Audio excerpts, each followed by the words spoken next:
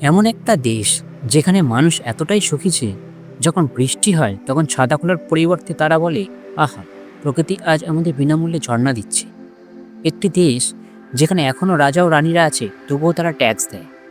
যেখানে সাইকেল চালানোকে গাড়ি চালানোর চেয়ে বেশি মর্যাদাপূর্ণ বলে মনে করা হয়, এবং যেখানে লেগো খেলনাগুলি কেবল খেলনা নয়, এগুলি একটি জাতীয় গর্ব।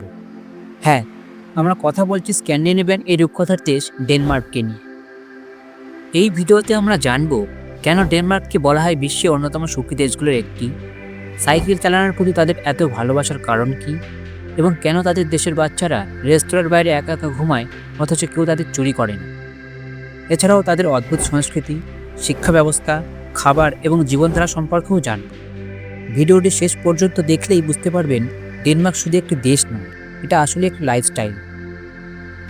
ইউরোপের উত্তর দিকে অবস্থিত এই দেশটি এতই ছোট যে আপনি যদি ভারতের ম্যাপে আঙুল রাখেন, ডেনমার্ক সেখানে একটা নোকের সমান লাগবে। কিন্তু ছোট দেশ মানেই যে গরিব কিংবা কম ক্ষমতা তা নয়। ডেনমার্ক ইউরোপিয়ান ইউনিয়নের অন্যতম ধনী রাষ্ট্র।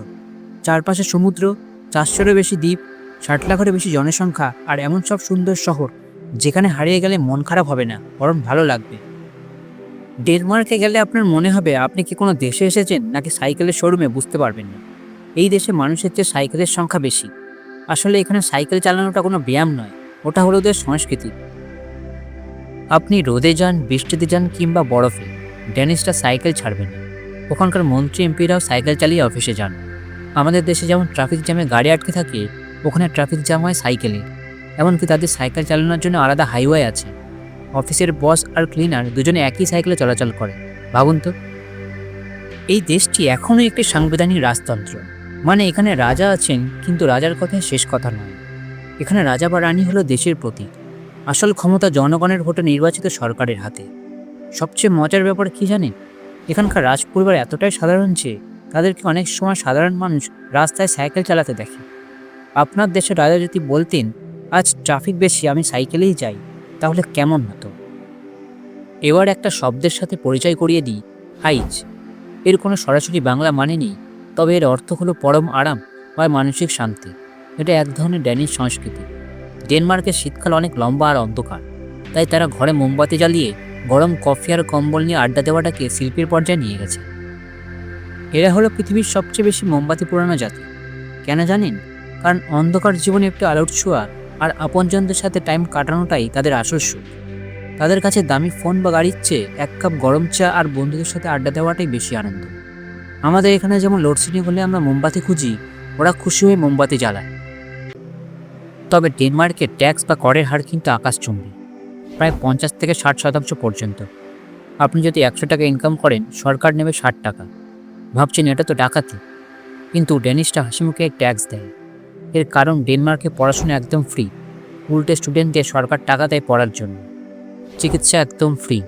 আর আপনি যদি চাকরি হারান, তবে সরকার আপনার দেখাশোনা করবে। তাই ওখানে কোনো ভিখারি বা গৃহহীন মানুষ দেখা যায় না।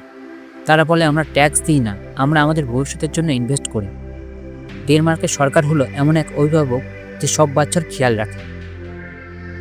এই সব ছাড়াও ডেনমার্ক প্রায় সবসময় ওয়ার্ল্ড হ্যাপিনেস ইন্ডেক্সের টপ লিস্টে থাকে। তারা বিশ্বাস করে তুমি আমি আলাদা না, আমরা সবাই সমান। এখানে কেউ বেশি ধনী হলে তাকে ঈর্ষা করা হয় না, আর কেউ গরিব হলে তাকে অবহেলা করাও হয় না। এটাই হলো সুখের আসল রহস্য। এই দেশের কিছু আজব নিয়মও আছে যেগুলো শুনলে আপনি অবাক হতে বাধ্য। যেমন বাচ্চাদের বাইরে রাখা। আপনি যদি কোনো কফি শপে যান, দেখবেন বাইরের স্টলারে বাচ্চারা ঘুমাচ্ছে আর বাবা মায়েরা ভেতরে কফি খাচ্ছে। ওখানে কেউ বাচ্চা চুরি করার চিন্তাও করে না। একেই বলে 100% ট্রাস্ট। পতাকা প্রীতি।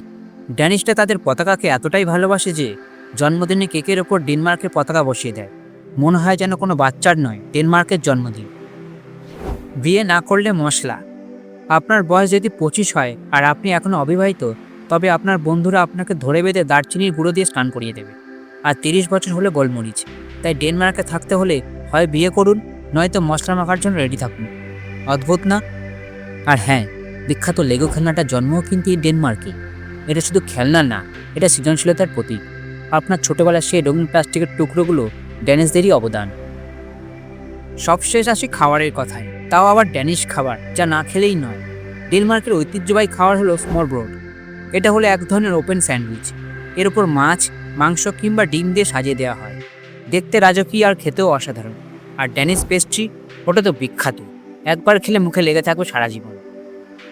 তো বন্ধুরা, এই ছিল আমাদের ডেনমার্কের সফর।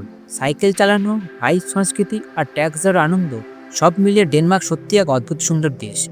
আপনাদের এই ভিডিওটি কেমন লাগলো এবং ডেনমার্কের কোন বিষয়টি সবচেয়ে বেশি অবাক করেছে নিচে কমেন্ট করে অবশ্যই জানাবেন। ভিডিওটি ভালো লাগলে আমাদের চ্যানেলটি সাবস্ক্রাইব করতে ভুলবেন না। দেখা হবে পরের কোনো তথ্যবহুল ভিডিওতে। ততক্ষণ পর্যন্ত ভালো থাকুন, সুস্থ থাকুন, ধন্যবাদ।